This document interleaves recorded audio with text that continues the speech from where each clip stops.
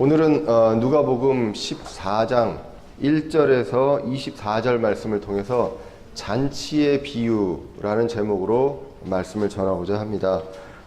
지금 계속 누가복음을 우리가 읽고 있는데 지금 당시의 상황은 예수님께서 3년 6개월의 공생애 중에 마지막 6개월에 보내고 계십니다. 지금 예루살렘을 향해서 예수님께서 가고 계십니다.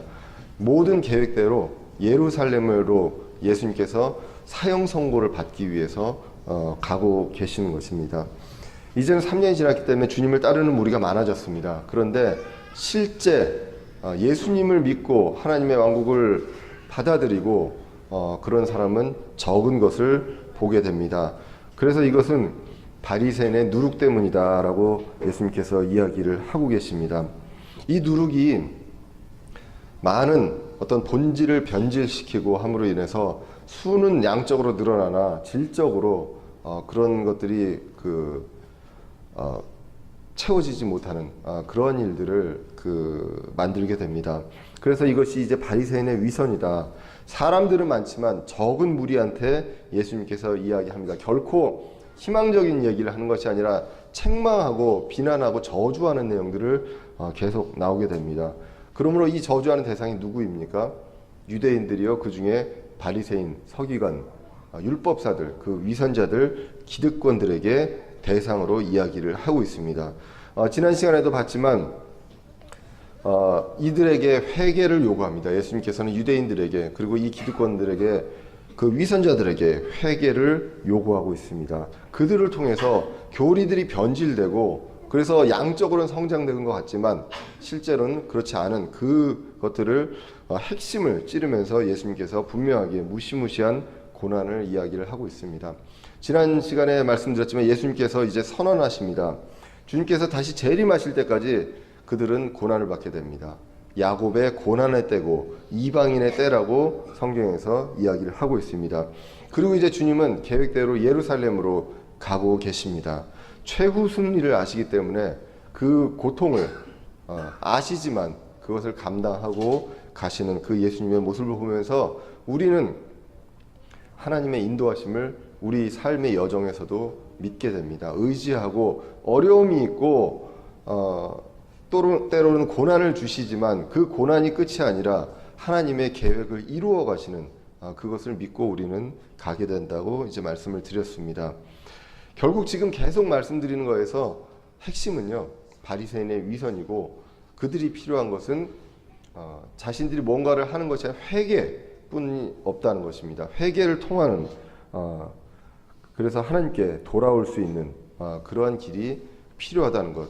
두려워해야 될 대상을 두려워하고 그 대상을 향해서 회개해야 됨을 이제 이야기를 하게 됩니다. 그리고 이제 오늘 본문으로 다시 오게 됩니다. 오늘 본문으로 오게 되면 1절에서 6절에 보시면 다시 또 안식일입니다. 이 안식일에 예수님께서 또 병을 고치십니다. 이 누가복음에서만 이번이 세 번째입니다. 누가복음 6장에서 손이 오그라든 사람을 고치셨고요. 안식일에 고치셨고, 그리고 누가복음 13장에서 18해 동안에 몸이 굽어있던 그 여인을 안식일에 고쳐주셨습니다. 그리고 이제 오늘 수종 든 자가 나옵니다. 수종은 이제 몸에 물이 차서 손발이 붓는 병으로 알려져 있습니다. 이 병을 통해서 정말 주님 주신 안식일도 있고 그 유대인들에게 주신 그 안식일, 그때 안식을 누리지 못하고 그 고통스러워하는 그 사람들에게 그 안식일의 진정한 의미인 그것을 이제 주님께서 행하십니다. 세 번째로 이것들을 행하시고요. 또 다른 의미가 오늘 누가복음에서 보시면 예수님께서 바리새인들에게 초대를 받았습니다. 근데 이것도 또한 세 번째입니다. 세 번째 누가복음 7장과 11장에 이어서 오늘이 또 세 번째입니다. 그런데 이 바리새인들은 예수님을 초대할 때 순수한 의도로 초대한 적이 없습니다.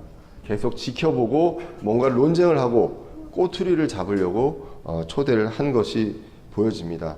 그런데 이것이 초대를 했고요. 그리고 또 안식일로 같이 이제 모여지는 그러한 사건이 이제 오늘에 나와 있습니다. 그래서 오늘 14장 1절에 보시면 안식일에 그 그분께서 빵을 잡수시러 우두머리 바리새인들 중에 한 사람이라고 합니다. 그 사람 집에 들어가셨는데 그들이 그분을 지켜보고 있습니다. 또 시험을 하려고, 또 뭔가 꼬투리를 잡으려고 바리새인들은 예수님을 초대한 것을 보게 됩니다. 그리고 2절에 보시면 수종 있는 남자가 있습니다. 계속 논쟁이 되었던 그 안식일에 이 병든 자에 대한 내용들이 나오고 있습니다. 바리새인은 지켜보고 있어서 이제 예수님께서 이번에는 날 고치기 전에, 그리고 바리새인들이 뭐라고 하기 전에 그 생각을 아시고 먼저 물어보십니다. 3절에 보시면 안식일에 병을 고치는 것이 율법에 맞느냐라고 물어봅니다. 13장에서 보시면 고쳤을 때 바리새인들이, 그리고 서기관, 율법사들이, 그리고 회당의 치리자들이 이것에 대해서 비난을 합니다. 율법에 어긋난다고 비난을 했을 때 예수님께서 그것에 대해서 말씀을 하시고, 오늘은 다시 그들이 생각으로만 하고 있을 때 예수님께서 바로 물어보십니다. 안식일에 병을 고치는 것이 율법에 맞느냐. 그러면 그들은 어떻게 대답을 해야 될까요? 또 똑같이 대답할 수도 있지만 이제는 이것이 세 번째입니다. 세 번째고, 그래서 4절에 보시면 말이 없습니다. 잠잠합니다. 대답을 하지 못하는 그런 상황이 나오게 되고요. 그리고 예수님께서 이 수종이 걸린 자를 고치게 됩니다. 그리고 이제 5절에서 다시 이야기를 하게 됩니다. 나귀나 소도 구덩이에 빠지면 안식일이라도 그들을 쫓아낸다. 안식일의 본질을 너희들 알아야 한다. 이 안식일의 주인은 사람의 아들 예수님이시고, 그리고 영원한 안식을 주는 그분이 바로 예수님을 통해서 우리가 영원한 안식을 얻게 된다. 그렇기 때문에 이 예수님을 통해서 지금 이 세상에서 병든 자들한테 그 영원한 안식에 대한 어떤 그 소망으로 이런 것들을 고쳐주시는 그런 것이 바로 안식일의 본질임을 이야기를 하게 됩니다.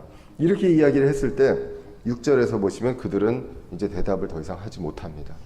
이제는 이것에 대해서 더 이상 논쟁을 할 수도 없고 더 이상 반박할 수도 없는 이 바리새인들의 어떤 그 모습을 성경을 통해서 이제 보게 됩니다. 그런데 이제는 안식일이 구약처럼 그렇게 지키는 것이 무의미하고, 안식일의 주인은 예수님이시면서, 그리고 안식일은 사람을 위해서 존재한다는 것을 이야기했음에도 불구하고 지금도 유대인들은 안식일을 그렇게 지키지 못하고 있는 그러한 현실을 이제 보게 됩니다. 자, 이렇게 이제 바리새인들은 그 기득권자들과 함께 이제 교만과 위선과 이런 것들로 가득 차 있는데 예수님이 이런 것들을 계속 무너뜨리고자 하고 그 유대인들에게 이제 경고를 하시는 내용이 나와 있습니다.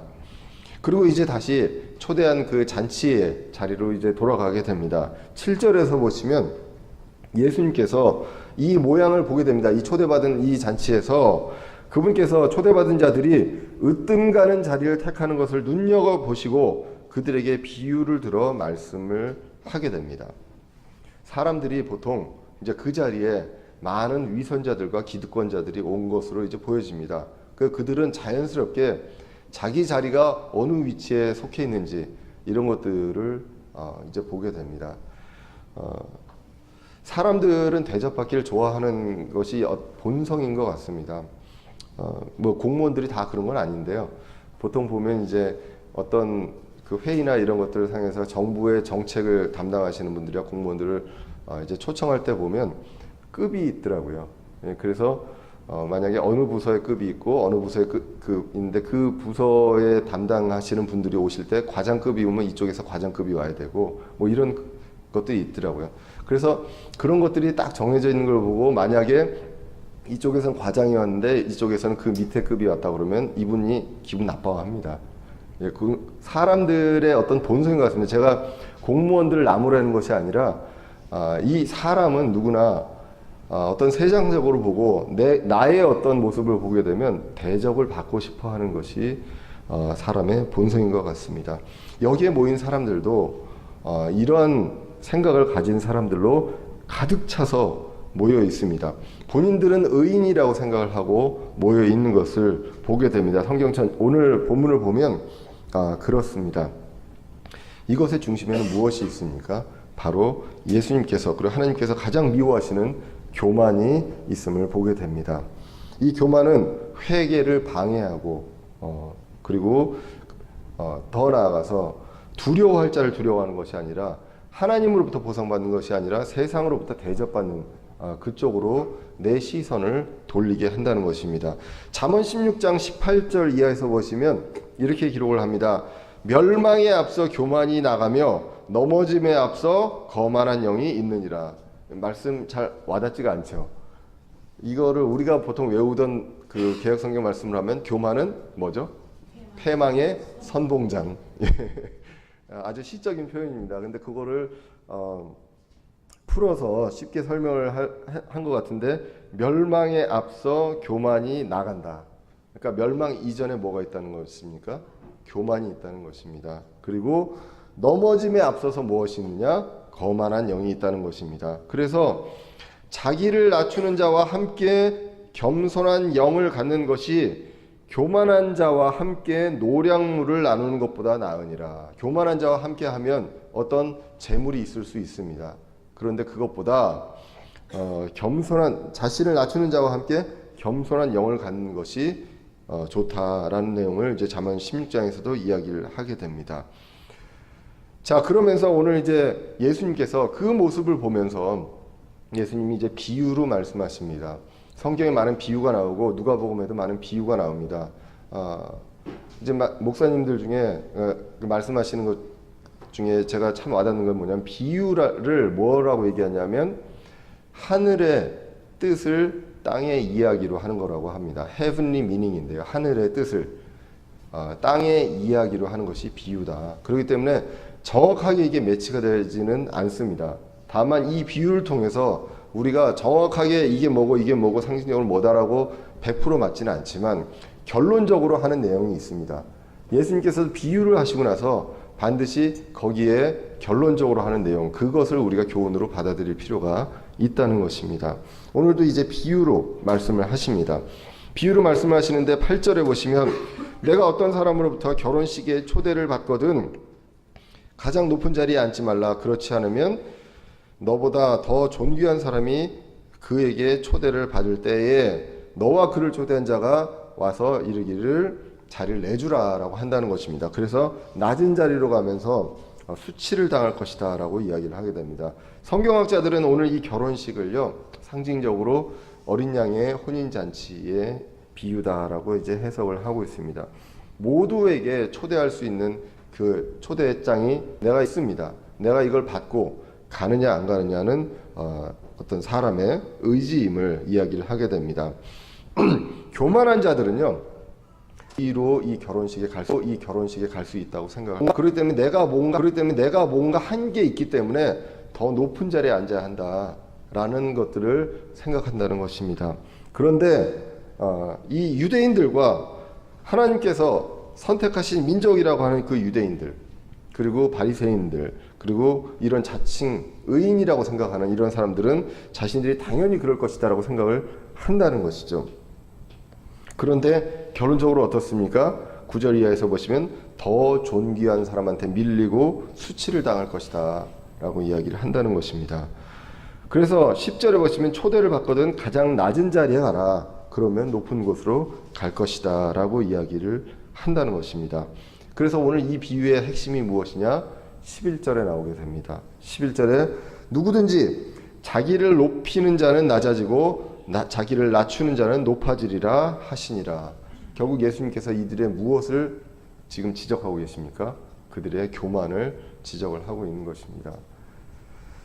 내 의로 주님 곁에 갈 수 있는 사람은 단 한 사람도 없다는 것. 그러므로 우리는 교만할 수 없고요. 그리고 내가 무언가를 어떻게 해서 구원을 받고 하나님의 자녀가 될 수 없다는 것, 그것을 인정하는 것, 그것이 바로 우리가 겸손할 수 있고 교만할 수 없는 그런 마음이라는 것을 이제 보게 됩니다. 우리가 이제 이 어린 양의 혼인잔치 이전에 그 예수님께서 이제 우리가 공중에 올라갔을 때요, 우리 예수님께서 다시 공중으로 재림하실 때 우리는 다 썩지 않느냐의 몸을 입고 하나님을 믿은 사람들은, 예수 그리스도를 믿는 사람들은 공중으로 올라가게 됩니다. 공중으로 올라갔을 때 어린 양의 혼인잔치가 있습니다. 근데 어린 양의 혼인잔치가 있기 이전에 성경은 무엇이 있다고 합니까? 그리스도의 심판석이 있다고 하고 있습니다. 고린도후서 5장에 그리스도의 심판석에 대해서 나오고요. 그리고 그 심판석에서 무엇을 할지에 대해서 고린도전서 3장에 나오게 됩니다. 내가 했던 모든 것들이 그 위에 예수 그리스도 위에 기초 위에 올라와 있을 때 그것을 다 태우게 됩니다. 그때 불로 다 타고 남은 것이 있으면 보상을 받는다고 했습니다. 여러분들 이제 그리스도의 심판석 앞에 갑니다. 무언가 많이 있습니다. 그걸 태울 때 탄 게 많을까요? 남아있는 게 많을까요? 예, 탄 게 많을 거라고 생각합니다. 모든 사람들이. 나는 이것을 의미 있다고 생각했을지 모르지만 그 앞에서 다 타고 정말 남아있는 게 얼마 없을 것입니다. 그 앞에서 우리는 겸손할 수밖에 없겠죠. 그 모든 것을 통해서 나의 어떤 의와 이런 것들이 다 타고 남았을 때, 없어졌을 때 이제 우리는 어린 양의 혼인잔치에 들어가게 됩니다. 겸손함을 우리는 늘 잊지 않아야 한다는 것, 우리가 성경을 통해서 이제 보게 됩니다. 오늘 11절에 나와 있던 자기를 높이는 자는 낮아지고요, 낮추는 자는 높아질 것이라는 이 성경 말씀에 대한 이 비유를 또 다른 구절에서 한 경우가 있습니다. 바로 누가복음 18장에 보시면 10절 이하에 보시면 바리새인과 세리의 기도에 대한 내용들을 예수님께서 이야기하실 때 똑같이 18장 14절에 자기를 높이는 자는 낮아지고 자기를 낮추는 자는 높아진다고 기록을 하게 됩니다. 이 바리새인들은 어떻게 기도를 합니까? 하늘을 우러보고 기도합니다. 내가 저 죄인들과 창녀들과 세리들과 같지 않음을 감사합니다. 그리고 나는요 11조도 하고 모든 율법들을 다 지켰습니다 라고 이야기를 합니다. 그것을 감사합니다 라고 이야기를 합니다. 아주 교만의 극치를 보여줍니다. 그런데 세리는 기도합니다. 감히 하늘을 우러러 보지도 못하고 나는 죄인임을 한탄하면서 이제 기도를 하게 됩니다. 그 말씀을 하면서 14절에 자기를 높이는 자는 낮아지고 자기를 낮추는 자는 높아진다. 오늘 말씀과 같은 말씀을 하게 됩니다. 믿기 전에 예수 그리스도를 받아들이고 우리가 구원받고 자녀가 되기 전에도 교만과 겸손은 반드시 구별되어야 하고요. 그리고 믿은 후에도 교만과 겸손은 반드시 구별되어야 함을 이제 보게 됩니다. 이 유대인들과요 바리새인 위선자들에게 주는 그 경고 바로 교만이라는 것입니다. 사람들의 의와 그리고 역사적으로 나는 하나님께서 선택받은 백성이다라는 그 유대인들의 어떤 특권의식 이런 것들이 자리를 보장해 주지 못한다. 그것을 예수님이 오늘 말씀에서 이야기를 하게 됩니다. 그러면 이걸 우리가 지금 그 시대의 유대인들에게 하는 말씀이잖아요. 우리한테 하는 말씀이 아니라 우리에게는 어떠한 교훈으로 보게 됩니까? 베드로전서 5장 5절에 보시면 이렇게 기록을 하고 있습니다. 너희 젊은 사람들아 이와 같이 장로에게 복종하고 참으로 너희가 다 서로에게 복종하며 겸손으로 옷 입으라. 하나님께서 교만한 자는 물리치시고 겸손한 자에게는 은혜를 주시느니라. 그러므로 하나님의 강한 손 밑에서 스스로 겸비하며 정하님께서 너희를 높이시리라. 라고 베드로전서 5장 5절에 나오게 됩니다.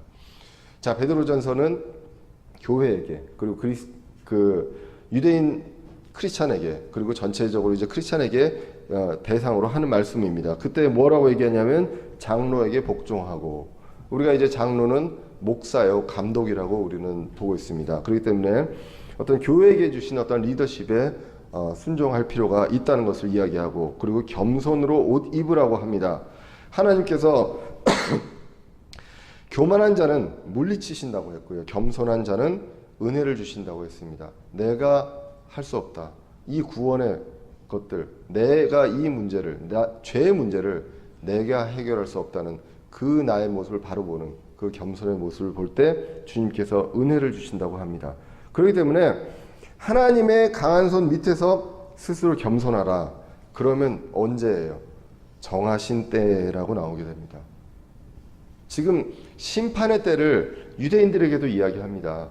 그러면서 이때 정하신 때에 우리를 높이신다고 기록을 하고 있습니다. 이 세상에서 높은 자리에 가는 것을 우리가 생각하는 것이 아니라 지금은 우리가 늘 낮은 자리에 그리고 섬기는 자세에 있을 때, 그때 하나님께서 나중에 정하신 때에 우리를 높이신다고 성경이 이야기를 하고 있습니다.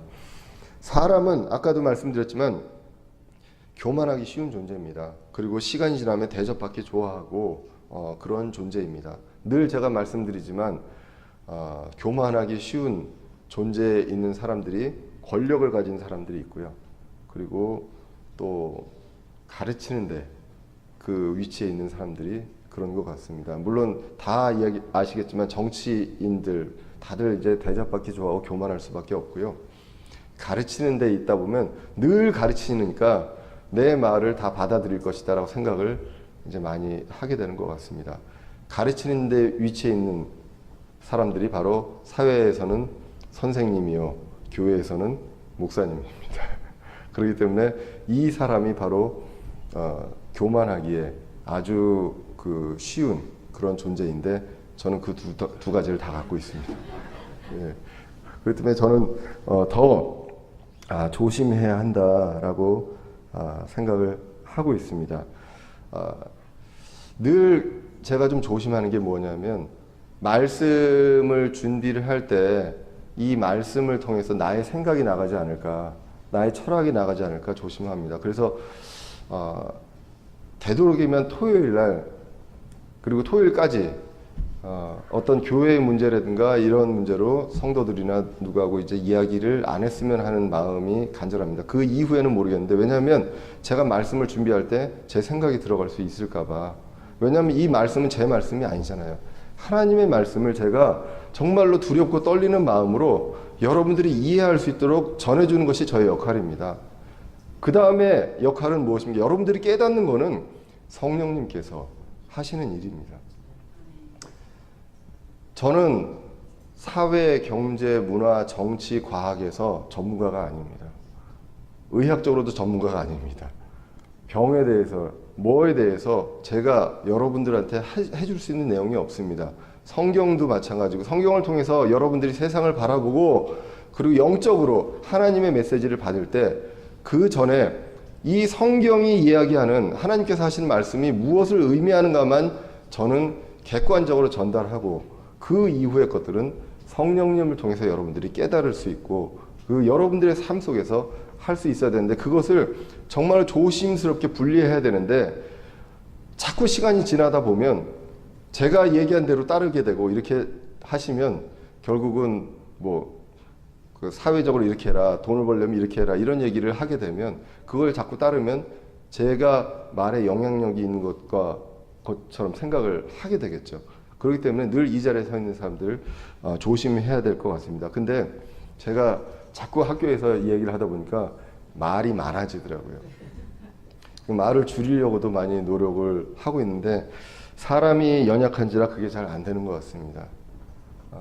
정말로 제가 언제까지 주님께서 허락하신 날까지 여기 이렇게 말씀을 전하겠지만 철저하게 정말 이 제어의 생각과 하나님의 말씀을 해석하는 것은 구분을 하고자 합니다.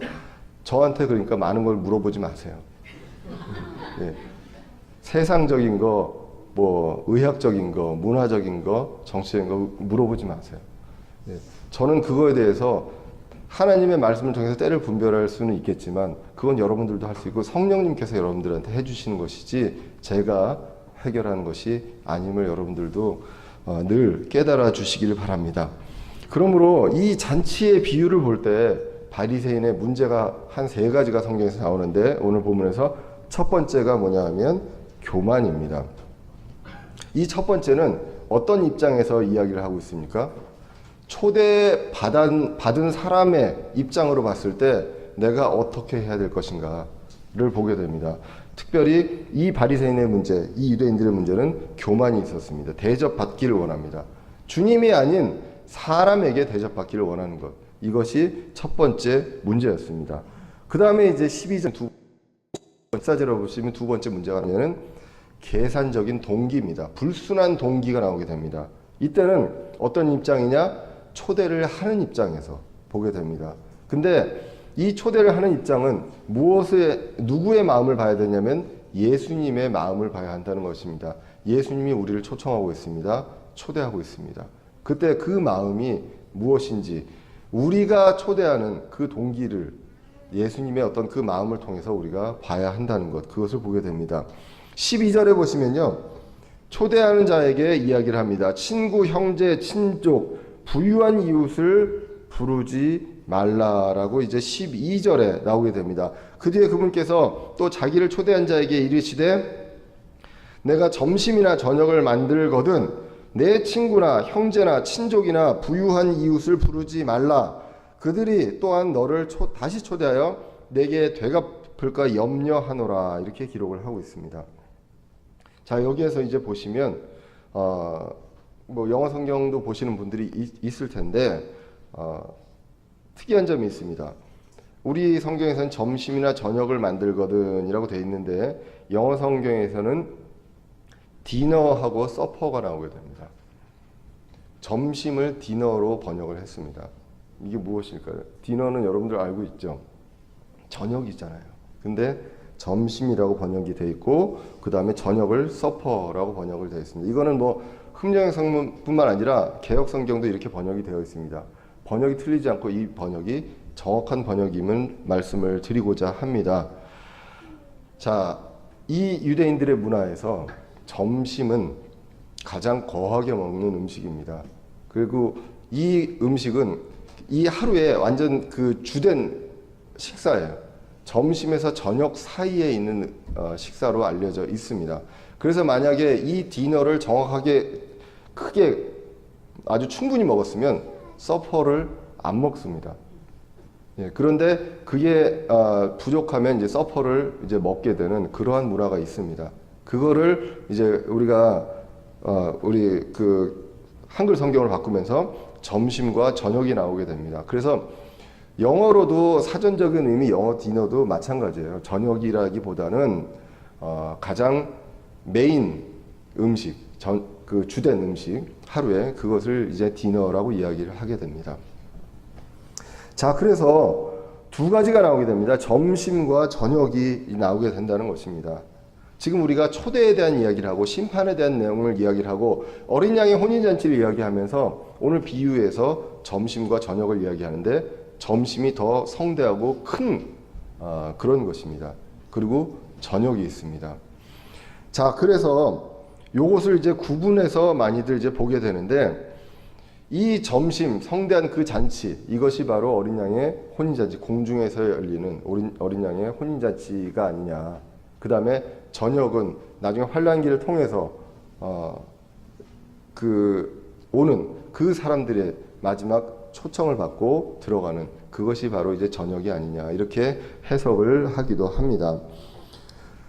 자, 그렇게 해서 일단은 우리가 점심과 저녁이든 누가 초대를 할 때 그때의 대가를 받을 것이라고 계산할 수 있는 그러한 사람을 초대하지 마라. 하나님은 그렇게 하시지 않는다라는 것입니다.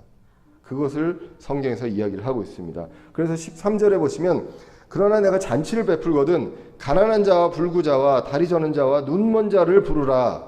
그리하면 그들이 내가 보답하지 못함으로 내게 복이 있으리니 의인들이 부활할 때에 내게 보답을 받으리라. 여기서 의인들이 부활할 때가 나옵니다. 지금 계속 비유를 이야기하면서 잔치를 얘기하고 부활을 이야기를 하게 되는 것입니다. 나중에 예수님 재림하실 때에 대한 내용들을 분명하게 이야기를 하면서 유대인들한테 경고를 하고 있고 아까 처음에서는 초대받는 자의 어떤 입장이라면 이제는 초대하는 입장을 통해서 이들에게 교훈을 주고 있습니다.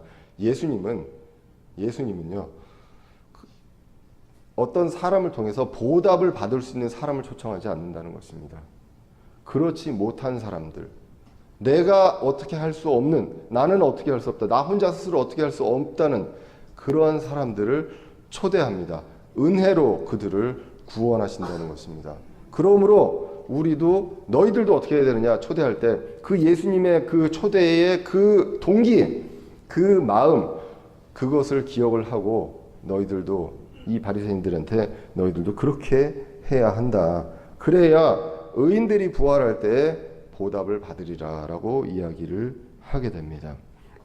결국 바리새인들은요 지금 이 상황에서 계산적으로 보답 받을 사람들을 주로 초청하셨다는 것입니다. 주님은 그렇게 하시지 않는다는 것. 그것을 이제 이 비유를 통해서 이야기를 합니다. 결국 영이 가난한 자, 겸손한 자, 마태복음 5장 3절에서 나온 것처럼 영이 가난한 자들은 복이 있나니 하늘의 왕국이 그들의 것이기 때문이요라고 말씀한 것처럼 영이 가난한 자, 겸손한 자가 결국은 예수님의 초대를 받고 그 안으로 들어가게 된다는 것, 그것을 이야기를 하게 됩니다. 지금은 이 본문은요, 1차적으로 유대인들과 바리새인들을 이야기를 하고 있습니다. 동기를 바로 할 때, 그때 의인들이 부활할 때 보상을 받게 되신다. 땅의 보상을 생각하지 마. 계속 땅의 보상을 있기 때문에 그것에 대해서 이야기를 하고 있다는 것입니다. 그리고 이제 세 번째로 잔치의 비유를 통해서 볼 수 있는 바리새인의 문제는 상황이 바뀌었음을 모르고 있다는 것입니다.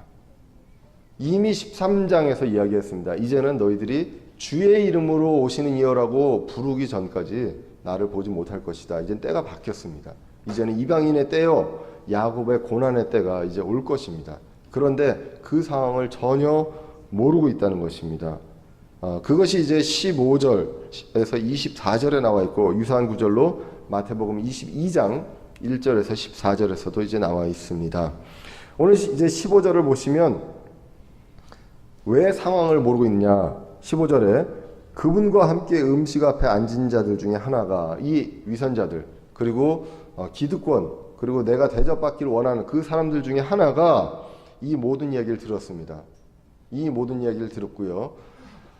초대받았을 때는 낮은 자리로 가고, 그리고 너희들이 초대할 때는 보답을 얻을 수 없는 사람들을 초대해라 라는 이 말씀을 들었습니다. 이 말씀을 들었을 때 본인들도 생각하는 게 있을 것이라는 것이죠.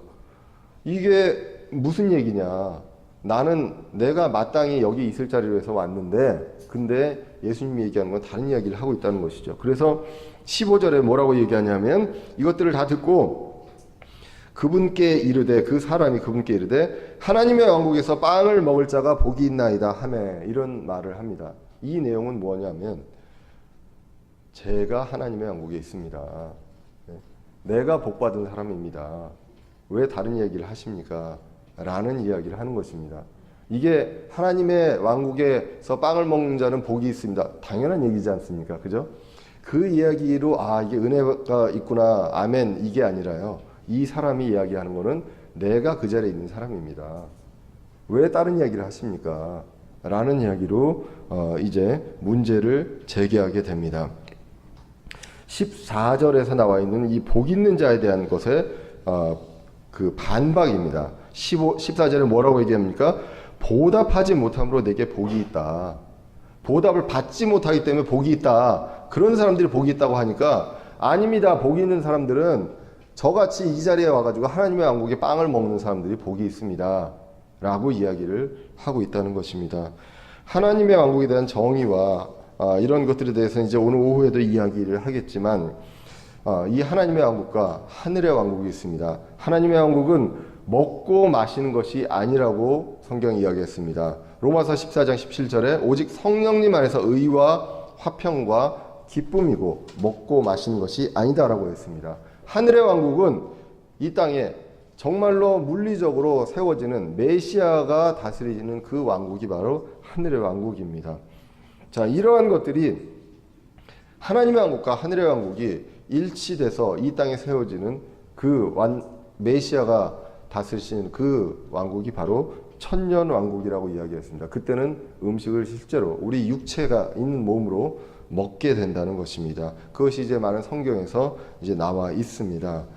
자, 그렇게 해서 하는데 이들은 그것을 부인하고 하나님의 왕국에서 빵을 먹을 자가 복이 있다. 하나님의 왕국을 이해 못하고 있고, 거기에서 빵을 먹을 자가 누구인지를 이해를 못하고 있습니다. 그리고 복받는 자가 누구인지 이해를 못하고 있습니다. 결국은 상황이 모든 것이 바뀌었음을 모르고 있다는 것입니다. 그것이 바로 이 바리새인들이 이 잔치의 비유를 통해서 볼 수 있는 바리새인의 문제 중에 세 번째였습니다. 그래서 이제 16절 이하에서 예수님께서 답변을 하십니다. 16절 이하에서 보시면 성대한 만찬이라고 합니다. 이 만찬이 영어로도 서퍼입니다. 그래서 아까 디너가 있고 서퍼가 있었죠. 디너는 점심입니다. 그죠? 이 점심은, 이 디너에는 누가 들어가겠습니까? 결국은 우리 교회가 들어가게 됩니다. 서퍼는 나중에 환란기 이후에 이러한 일들이 일어나게 되고 유대인들과 그 회개한 사람들이 이제 들어가게 되는데, 이 서퍼도 16절에 보시면 성대한 만찬이라고 합니다.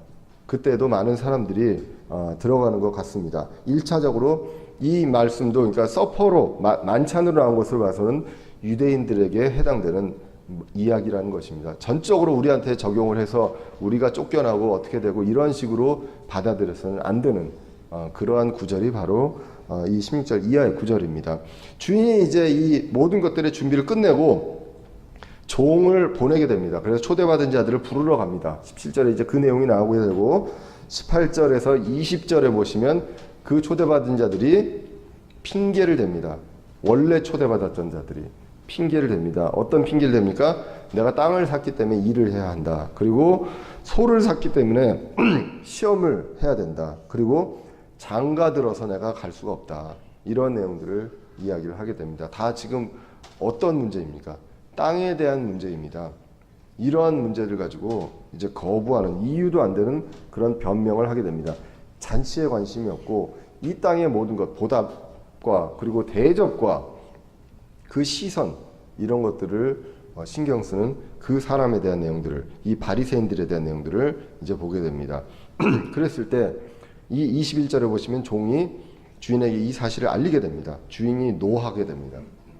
그래서 이제는 원래 초대받지 않았던 자들, 가난한 자와 불구자, 다리 저는 자, 눈먼 자들을 데려와라. 그래서 이제 만찬의 참석자가 바뀌게 됩니다. 가난한 자, 영이 가난한 자들이 이제 오게 됩니다. 그런데 22절, 23절에도 보면 여전히 자리가 비어 있다고 성경이 기록을 합니다. 그래서 억지로 채우라고 기록을 하고 있습니다. 그래서 어떻게 하라고 하냐면 큰 길과 산 울타리로 나가서 집을 채워라. 자, 그래서 이제 우리는 볼 수가 있습니다. 이 억지로 채우는 자리가 남았고요. 이 영이 가난한 자, 이런 회개하는 자들이 있습니다. 그런 사람들이 유대인들 중에 분명히 있겠죠. 이 사람들이 있고 그래도 자리가 있습니다. 그래서 억지로 나가서 하라는 것입니다. 누구에게? 산 울타리와 이 큰 길과 원래 있던 이 경계를 넘어서서 가라는 얘기입니다. 결국은 이방인들에게도 이러한 것들을 하라는 것. 그것으로 이제 이 성경을 통해서 이제 보게 됩니다.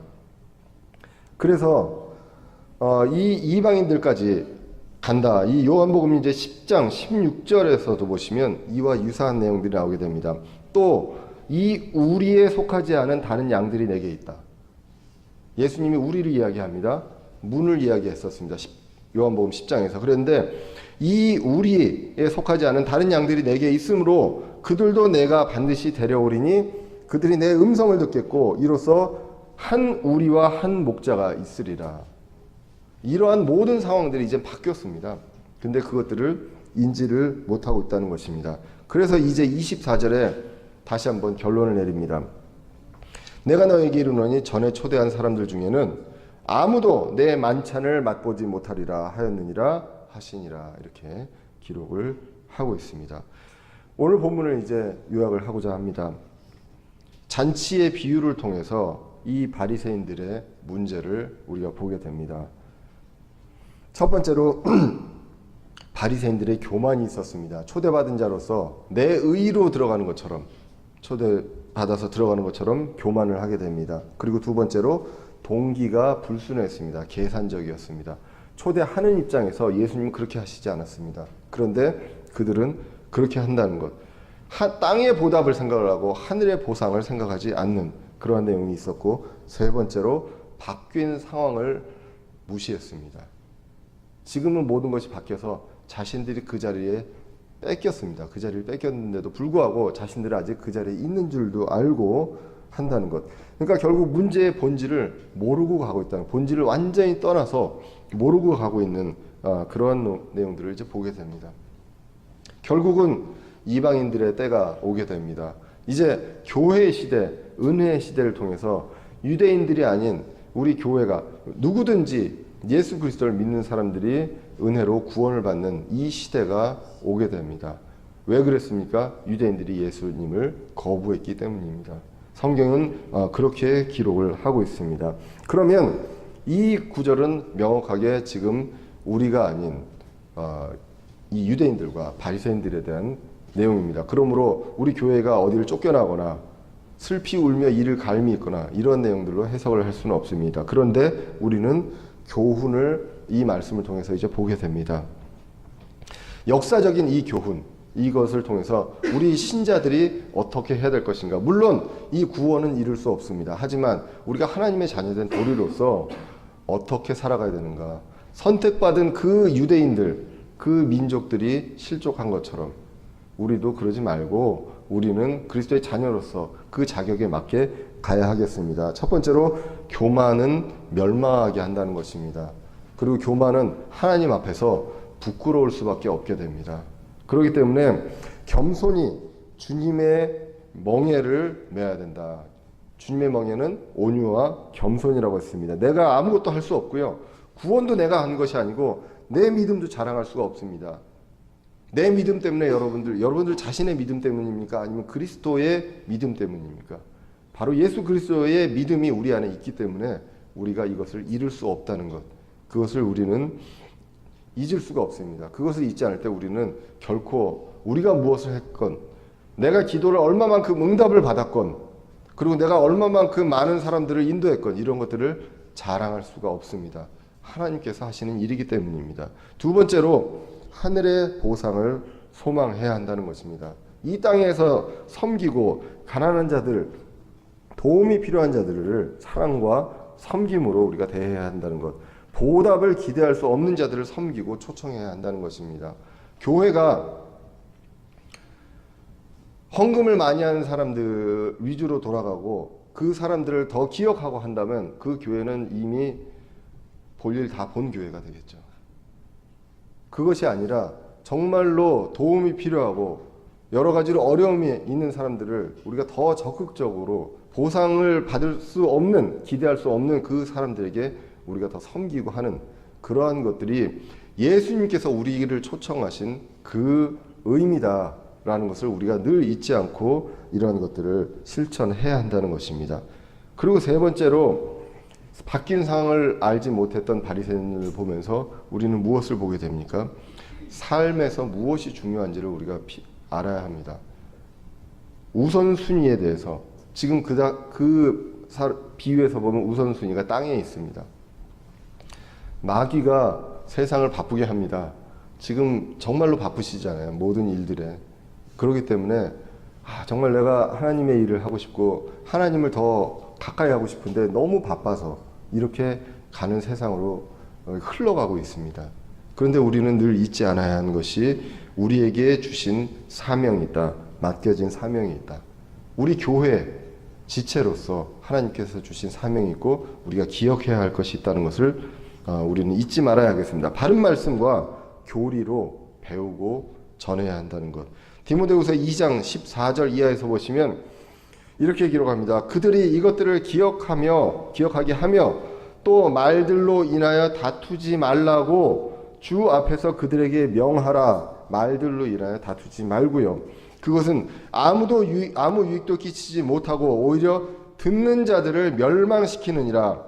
너는 진리의 말씀을 바르게 나누어 네 자신을 하나님께 인정받은 자로 부끄러울 것이 없는 일꾼으로 나타내도록 연구하라, 공부하라고 했습니다. 다른 일로 논쟁하고 다투고 할 것이 아니라 우리는 무엇으로 붙들어야 됩니까? 진리의 말씀을 붙들고 그것을 연구하고 가야 한다는 것을 이야기를 하게 됩니다. 고린도전서 3장 14절에 보시면 이하에 보면 이렇게 나와 있습니다. 아까 그 보상에 대한 내용을 하면서 어떤 사람이 그 기초 위에 세운 일이 남아있으면 그는 보상을 받고 어떤 사람의 일이 불타면 그는 보상에 손실을 당하리라. 그러나 자신은 구원을 받되 불에 의해 받는 것과 같으니라. 우리는 어느 보상을? 하늘의 보상을 우리가 소망하며 살아가야 되는 그러한 존재로 하나님께서 부르셨다는 것. 여러분들과 제가 잘해서 부른 게 아니라 하나님께서 우리는 내세울 것 없고 하나님한테 갚을 수 있는 게 없습니다. 그렇지만 우리를 부르셨다는 것입니다. 우리는 이제 자녀된 도리로서 우리가 해야 될 그 사명, 그것을 우리가 기억하고 갈 필요가 있습니다. 다른 일이 아닌 다투고 뭐하고 하는 일이 아닌 우리가 바른 교리와 바른 말씀으로 배우고 이 말씀을 전하고 그것을 통해서 우리가 하늘의 보상을 소망하는 그런 사람이 되어야 하겠습니다. 늘 교만을 조심하고요. 하늘의 보상을 소망하고 그리고 우리에게 맡겨진 임무를 본질에서 벗어나지 않고요. 그리고 충실히 해나가는 저와 여러분 그리고 대전인의 침례교회 성도들 되시기를 간절히 기원합니다. 기도하겠습니다.